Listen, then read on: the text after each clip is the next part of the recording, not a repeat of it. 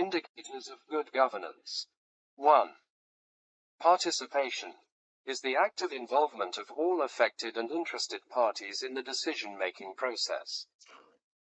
Participation is one of the strengths of Philippine governance. The 1987 Philippine Constitution contains provisions dealing with relational and intersectoral governance.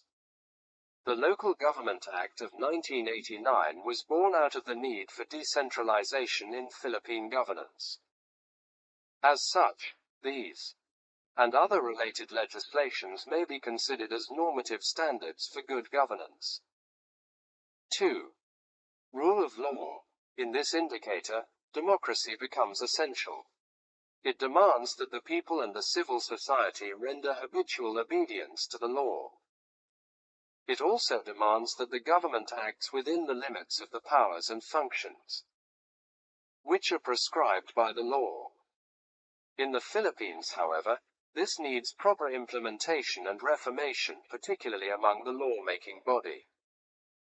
Despite being one of the oldest democracies in the region, it ranked last among 7 indexed Asian countries according to the World Justice Project Rule of Law Index. Generally, the reasons for ranking last are lack of respect for law, pervasive and systemic corruption in the government, and circumvention of the law. Lack of respect for law is generally caused by distrust on the integrity of law enforcement agencies. 3. Effectiveness and efficiency. This indicator requires that actors meet the needs of the society for effective governance. This means that the valuable resources are utilized, without wasting or underutilizing any of them. Enhancement and standardization of the quality of public service delivery consistent with international standards. Professionalization of bureaucracy should be observed, while efforts must be made in order to attain effectiveness and efficiency in Philippine governance. The Anti-Red Tape Act of 2007, ARTA, for instance, was passed to require the setting up of Citizens' Charter for a simplified procedure and to facilitate governmental transactions. Also, many government departments and agencies pursued a rationalization program to check excessive and redundant staffing. 4. Transparency. This indicator means that people are open to information regarding decision-making process and the implementation of the same. In legal terms, it means that information on matters of public concern are made available to the citizens or those who will be directly affected. It also means that transactions involving public interests must be fully disclosed and made accessible to the people.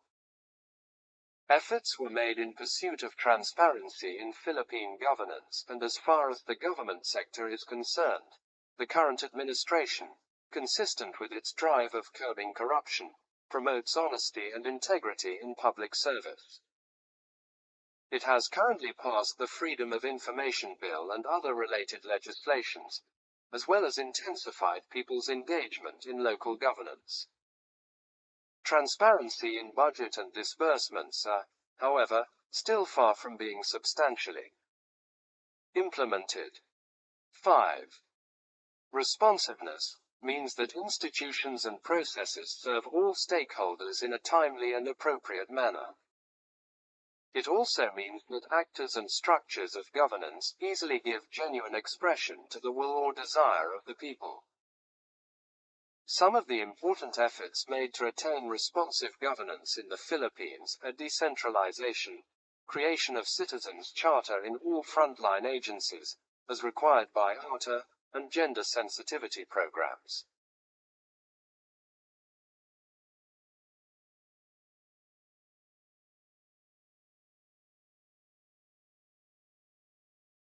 First, through decentralization, local governments, which are more proximate to their constituents, serve more promptly the people, who in turn become more involved in decision-making. Second, every government agency now has its Citizens' Charter, which provides time frames for every step in attaining frontline services. Agencies now must also respond to written queries sent by the stakeholders or interested parties within a period of 10 days, otherwise there will be delayed service. However, this aspect of governance still remains to be one of the causes for the decline of public's confidence in the public sector. Although the ARTA has been passed, there is still so much delay in public service delivery. The failure of the government agencies to explain the charters to the stakeholders is one of the main reasons why there is still delay. 6. Equity and inclusiveness means that all the members of the society, especially the most vulnerable ones or the grassroots level, must be taken into consideration in policy making. Social equity, as an example, refers to a kind of justice that gives more opportunity to the less fortunate members of the society. The Philippine government has done extensive efforts in promoting equity and inclusiveness. The Constitution makes it as one of its state policies the promotion of social justice. Pursuant to this, the Congress has enacted social legislations like the Comprehensive Agrarian Reform Law, which aims at freeing the farmer tenants from the bondage of the soil. 7. Consensus-oriented. Governance is consensus-oriented when decisions are made after taking into consideration the different viewpoints of the actors of the society. Among the things done by the Philippines in promoting a consensus-oriented governance are: 1. Creation of a wide base of representation in the Congress. 2. A two-tiered legislature or bicameralism which subjects legislation to the evaluation of national and district legislators. And 3. Necessity of public hearings or consultations of various governmental policies and actions. 8. Accountability means answerability or responsibility for one's action. It is based on the principle that every person or group is responsible for their actions, most especially when their acts affect public interest. Accountability comes in various forms: political, hierarchical, and managerial accountability. Political accountability refers to the accountability of public officials to the people they represent. Hierarchical accountability refers to the ordered accountability of the various agencies and their respective officers and personnel in relation to their program objectives. Managerial accountability refers to employee accountability based on organization and individual performance. The Philippines, for instance, in the recent years had endeavored to comply with the requirements of accountability.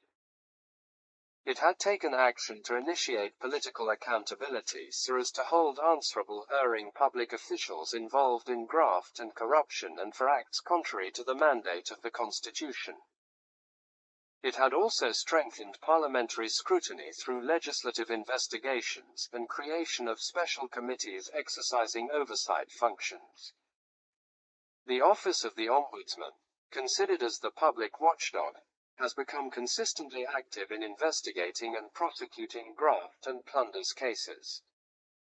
Citizens' Charter, as required by ARTA, was also an important tool in promoting professional public service values.